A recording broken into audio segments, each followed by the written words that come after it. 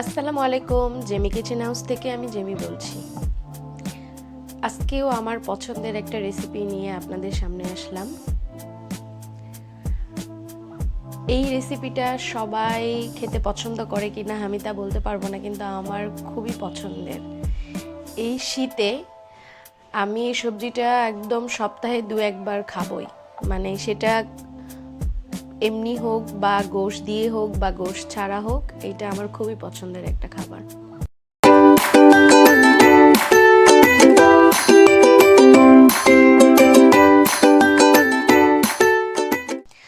তো আমি এখানে একটা প্যান নিয়েছি, সেখানে সরিষার তেল দিয়ে দিলাম। তেলটা গরম হওয়া পর্যন্ত আমি ওয়েট করব। তেলটা গরম হওয়ার পর এখানে আমি এলাচি, তারপরে আপনার দারচিনি, তেজপাতা,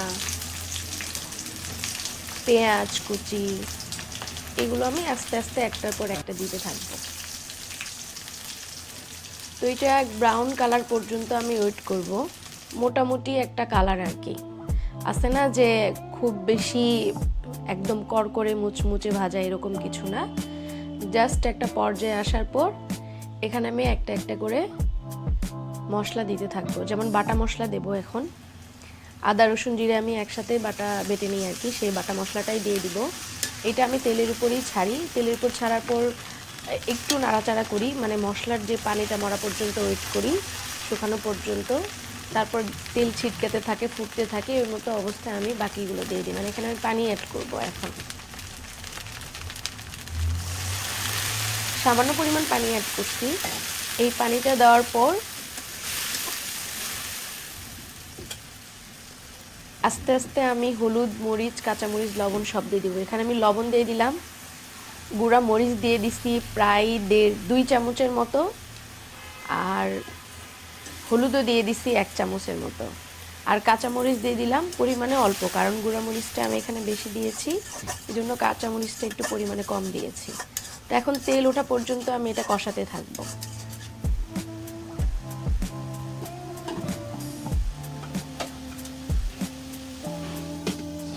এখানে আমি তেল ওঠা পর্যন্ত কষানোর অবস্থায় একটু ঢাকনা দিয়ে রাখবো, যাতে পানিটা মরে সুন্দরভাবে তেলটা উপরে উঠে আসে।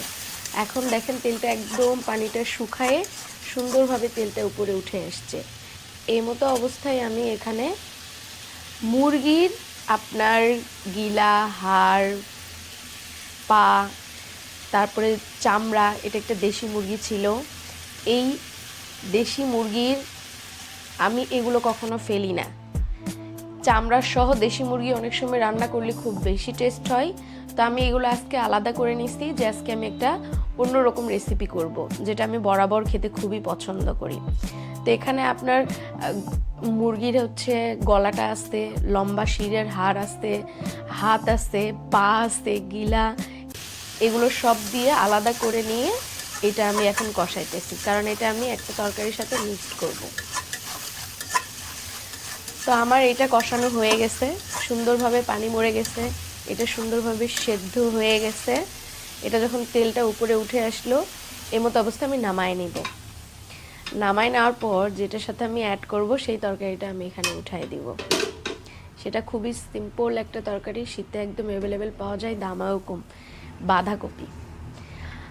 বাঁধাকপিতে কিন্তু অনেক পুষ্টিগুণ আছে, সেসব কথা আমি আরেকদিন বলবো, আসলে কোনটাতে কোন পুষ্টিগুণ আছে।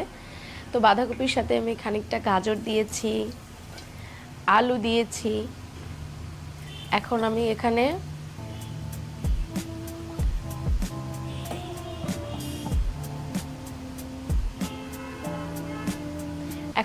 পেঁয়াজ দেব। পেঁয়াজ দেওয়ার পর এখানে আমি কাঁচামরিচ দেব। আর এখানে আমি বেশি কিছু আর অ্যাড করব না, যেমন ধরেন মশলা বা বাটা মশলা এরকম কিছুই অ্যাড করব না, কারণ এইটা একদম সিম্পলভাবে আমি উঠাই দিব। একটু হলুদ দিব, একটু লবণ দিব, জাস্ট এত সিম্পলভাবে উঠাই দিব, কারণ আমি যে মুরগির গোশটা রান্না করেছি তার মধ্যে আমার মশলাগুলো একদম সুন্দরভাবে দেওয়া আছে। তো যদি আমি এখানেও মশলাটা দিয়ে দিই, দুই মশলা অ্যাড হয়ে একদম একদম বেশি মশলা মশলা হয়ে যাবে। তো মুরগির যা মশলা আছে সেখানে এনাফ মশলা, এখানে আমি পরিমাণে একটু কম তেল দিব। এই তরকারিতে যা তেল লাগে তার থেকে একটু কম দিব, কারণ আমার মুরগিতে অনেকটা পরিমাণ তেল আছে। তো হলুদ লবণ দেওয়ার পর আমি সুন্দরভাবে এটা ঢাকনা দিয়ে ঢেকে দেব। এবং বাঁধাকপি থেকে কিন্তু আলাদা করে কোনো পানি দেওয়ার প্রয়োজন হয় না, বাঁধাকপি থেকেই পানি বের হয়ে, যে পানিটা বের হয়ে দেখেন একদম উঁচু ছিল সেটা ডেবে গেছে। তো এটা একপাশে আমি বেরি ধরতেছি, ধরে আমি নাড়াচাড়া করব। আমি রান্নাতে পাতিলের মধ্যে বেরি না ধরে নাড়াচাড়া করা আমার খুবই কষ্ট। আর আপনারা কাপড় দিয়ে সুন্দরভাবে পাতিল ধরেন, আমি সেটা ধরতে পারি না, আমার হাতে খুব আঁচ লাগে, মানে গরম ভাবটা লাগে। অনেক সময় দেখা যাবে এখানে ফোসা পড়ে, ওখানে ফোসা পড়ে, অনেক টাইমে। তো যখন আস্তে আস্তে নিচ থেকে পানি উঠে আসতেছিল, এমতো অবস্থায় আমি একটু উল্টে পাল্টে দিচ্ছিলাম।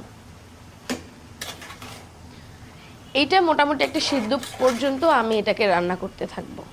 এটাতে কিন্তু আমি সব কিছু লাইট দিয়েছি, পেঁয়াজ পরিমাণে কম, মরিচ পরিমাণে কম, হলুদ লবণ তেলটাও পরিমাণে কম। এটা তো অবস্থায় আমি খানিকটা সময় নাড়াচাড়া করব। আমি যেই মশলাগুলো দিয়েছিলাম সেটা পুরো সবজিটার মধ্যে মিক্সড করে নেব, এই জন্য আমি ঘন ঘন নাড়াচাড়া করতেছিলাম। এত সুন্দর কালার চলে আসছে, এটা খুব কালারফুল একটা সবজি। আমার এইটা আসলে শীতে আমি অনেক বেশি খাই, গরুর গোশ, হাড় এগুলো সব কিছু দিয়েই খাই। তো এখন আমি ঢেকে দেব। ঢাকার পর আমি একদম এখানে 8 থেকে 10 মিনিট ওয়েট করব। ওয়েট করার পর দেখতেছি যে হ্যাঁ, মোটামুটি পানিটা কমে আসছে আর আমার সেদ্ধ হয়ে গেছে।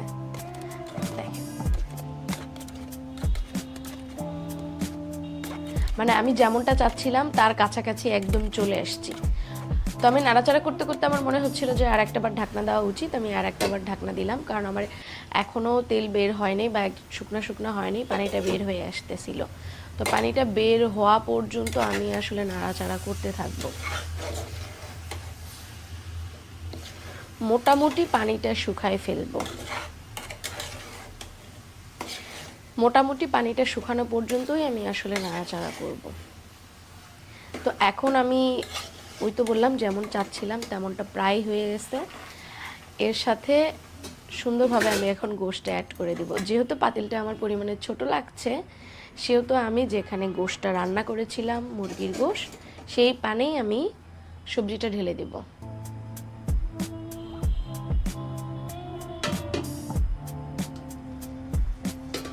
আপনারাও কিন্তু আপনাদের বাসায় হাঁসের গোশ বা মুরগির যেগুলো মানে পাখা টাখা গলা গিলা এগুলো আছে, এগুলো চামড়া আলাদা করে সুন্দরভাবে এই বাঁধাকপির রেসিপিটা তৈরি করতে পারেন। একদম আমি গ্যারান্টি সহ বলতেছি, আপনারা অনেক বেশি রুচিসম্মত খেতে পারবেন।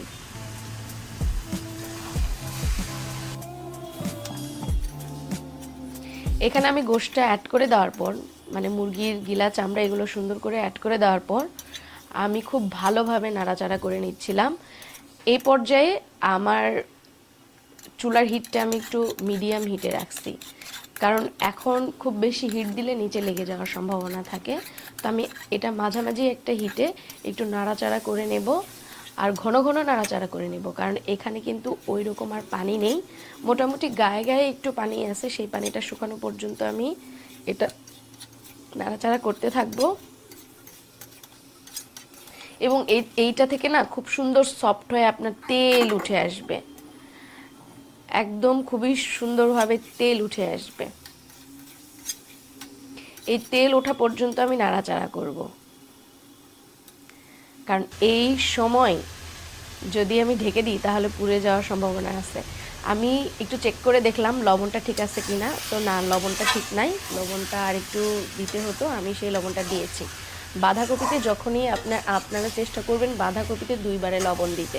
ফার্স্টে একটা লবণ দিলে মোটামুটি একটু কমে আসে, আর একটা পর্যায়ে এসে হবার আগে আগে লবণ দিলে দেখবেন খুব সুন্দর বাঁধাকপি থেকে পানি ছাড়ে। দেখেন আমি কিন্তু কোনো পানি অ্যাড করি নাই, কিন্তু লবণটা দেওয়ার পরেও সুন্দরভাবে পানিটা উঠে এসে একদম সফট মোলায়েম হয়ে গেল। এটা বাঁধাকপির একটা সিস্টেম, জানি না বাঁধাকপিতে এইটা মানে এই লবণটা শেষের দিকে দিলে একটা পানি ছাড়ে। তো এই জন্য পরিমাণে আপনারা কম পানি দিবেন, দেওয়ার পর লাস্টের দিকে আরেকবার দিয়ে দিবেন। তো এই তো আমার বাঁধাকপিটা কমপ্লিট। এভাবে আপনারা সবাই রান্না করে খাবেন, আশা করি অনেক বেশি ভালো লাগবে। আমি এটা প্যান থেকে বেড়ে নিচ্ছি।